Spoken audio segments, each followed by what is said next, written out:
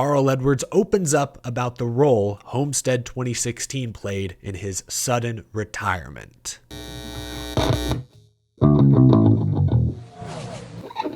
How's it going, y'all? My name is Eric. Welcome to Out of the Groove. I am not feeling 100% today, folks, but so much has happened in the past 24 hours, I figured I'd suck it up and make a video. I know, nobody has it harder than me. All jokes aside, Carl Edwards appeared on the Dale Jr. Download this week, spoke candidly for roughly 90 minutes. Very interesting conversation, well worth your time. I'll give y'all my reaction here in just a few minutes, but we have some breaking news to react to first, like Casey Mears is returning to the NASCAR Cup Series. Announced today he will drive the number 66 Garage 66 entry at Martinsville later this spring. Casey Mears, the 2007 Coca-Cola 600 winner, has not raced in NASCAR since 2019 and last raced full-time in the NASCAR Cup Series in 2016, 9 years ago. He's only 47 years old, and I looked it up. He's made comments recently about wanting to get to 500 career Cup Series starts. He's currently at 489. Martinsville would be 490. I believe only 47 drivers have ever reached 500 career Cup Series starts, so Casey Mears looking to join a fairly exclusive list. He's done some off-road racing in recent years. I believe he's made some sports car starts, so while he has little to no recent stock car racing experience, he should still be fairly fresh behind the wheel. We're talking approvals once again. I would consider Casey Mears kind of a 50-50. It's a short track he's trying to race, Martinsville, so that's good. Like I said about Catherine Legg, who I also believe was kind of a 50-50 call, because it's a regular season race at a short oval early in the season, 50-50 call, I lean towards approving them. I think Casey Mears is fine. But if Casey Mears was wanting to run the fall Martinsville race, the round of 8 cutoff for the first time in 9 years, I would probably say, nah, come back next year. Spring race, regular season race, short oval, I think Casey Mears will be fine. Good luck to him. It's going to be a tricky spot because he has very little stock car experience recently, and the 66 will probably be the slowest car in that race. Hopefully we don't get another Catherine Legg situation. Good luck to Casey Mears. What is it suddenly with all these retired NASCAR drivers trying to make comebacks? Casey Kane running the Xfinity race in a few weeks, Mike Wallace attempting to get approved for the Daytona 500, Casey Mears did not have a Casey Mears NASCAR return on my 2025 bingo card, but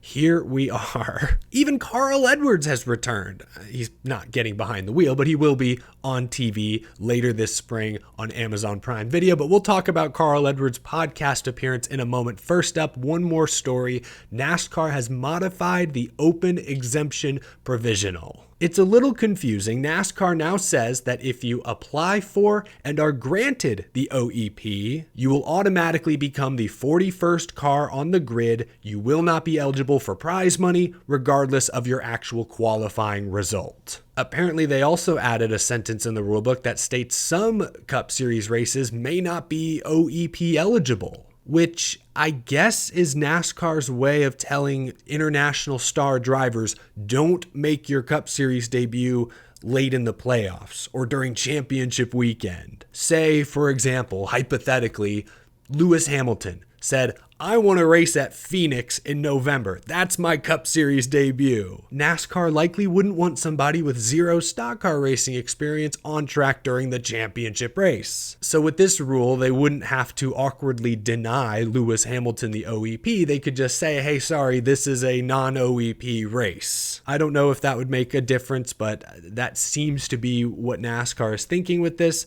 Either way, wanted to share that with y'all. Updates to the OEP just a couple months into its existence. Now let's talk about Carl Edwards. Cousin Carl, newly inducted NASCAR Hall of Famer. Carl Edwards gave probably his most candid interview since his sudden retirement after 2016. He appeared on the Dale Jr. Download virtually across from Dale Earnhardt Jr.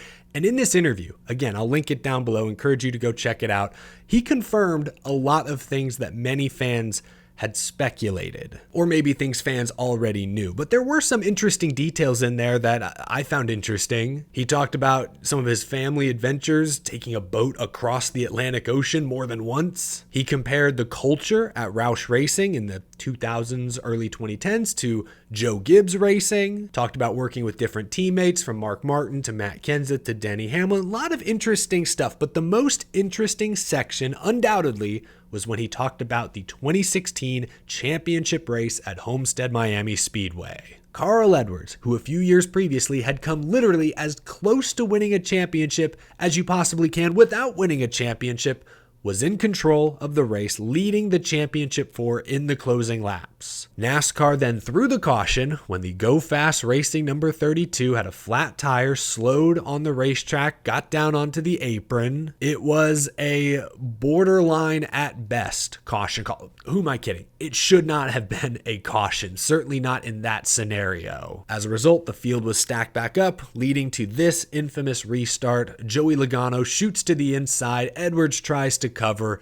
too late. Carl Edwards handled the defeat gracefully. Remember, he got out of his car and went and shook hands with Joey Logano's team, but the rest is history. 2 months later, Carl Edwards shockingly announced his retirement from NASCAR racing. We've always assumed that Homestead 2016 at least played a role in Carl Edwards' retirement decision, but he's denied it in the past. But on this episode of the Dale Jr. Download, he openly expressed some frustration with how NASCAR called the finish of that race. Edwards told Jr., quote, "I know NASCAR was throwing those cautions to make it more exciting. That's a fact. I specifically talked to people about it, and that's that. We're all in this sport to entertain, and they were trying their hardest at the time."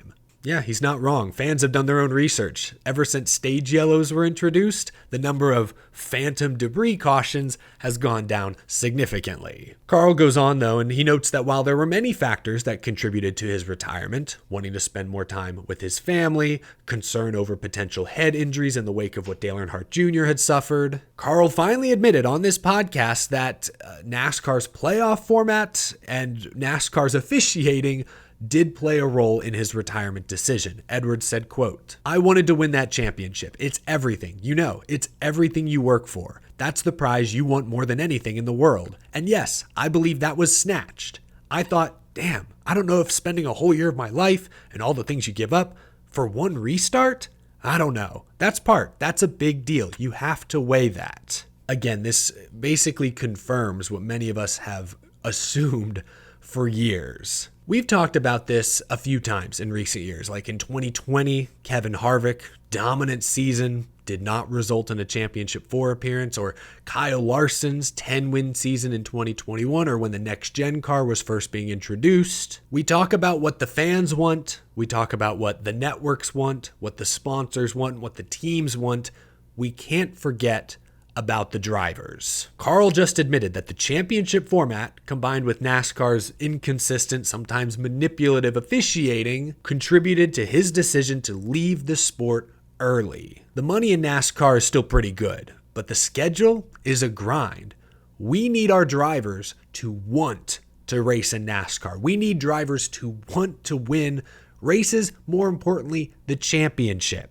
I know what happened to Carl Edwards was 9 years ago, and the playoff format has changed significantly since then, but I think many of the concerns Carl Edwards expressed then still apply today. I mean, 2 of NASCAR's biggest stars currently, 2 of their best drivers currently, Kyle Larson, Christopher Bell, frankly enjoy dirt racing a whole hell of a lot more. A lot of the murmurs around the industry suggest Kyle Larson could be the next Carl Edwards. He may not race in NASCAR until he's 40 years old. At some point, he may take the money he's earned driving stock cars and apply that to his dirt racing career and ride off into the sunset behind the wheel of a sprint car. The drivers are the stars. Dale Earnhardt Jr. drove TV ratings. When he retired 2017 to 18, the numbers plummeted. Chase Elliott, we saw when he was injured a couple years ago, the ratings dropped by a couple 100,000 viewers every single week. Carl Edwards then, and I would argue Kyle Larson now, sell tickets to races. The drivers are the stars. It's important to know what fans want. It's important to cater to the networks. They spend so much money on the sport, but you can't forget about the drivers. When we talk about car changes, especially the recent tire adjustments Goodyear has made, I think that's made these cars more fun to drive. Driver feedback has been positive. NASCAR is actively looking into updating the championship format, and they've included several current drivers on the playoff committee. We know Christopher Bell is there. We assume Hamlin, Keselowski, and probably others are included. I'm not saying NASCAR needs to bend to every driver's request. I've often said on this show, the racing is best when the drivers are a little uncomfortable. But it's important that the drivers are heard. It's important to value their input.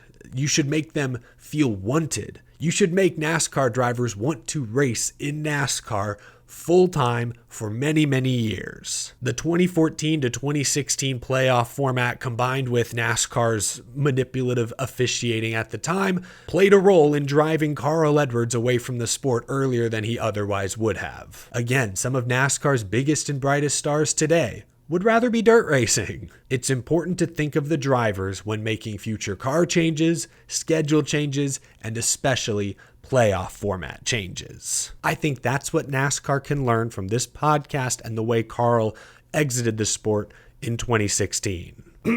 Excuse me, all. I am so sorry. Like I said, not feeling 100% today. I think I'll wrap things up there. Leave a comment down below. If you listened to the Carl Edwards Dale Jr. download episode, what were some of your key takeaways? There was so much ground they covered. Leave your thoughts down in the comment section below. Leave a like on this video while you're down there. Subscribe for more NASCAR news, rumors, content, commentary every single day, even when we're not feeling 100%. And a big thank you, of course, to my Patreon supporters. Very generous of y'all to support the show. I will see you again later this week. Thanks for watching, folks. I'll talk to you again soon.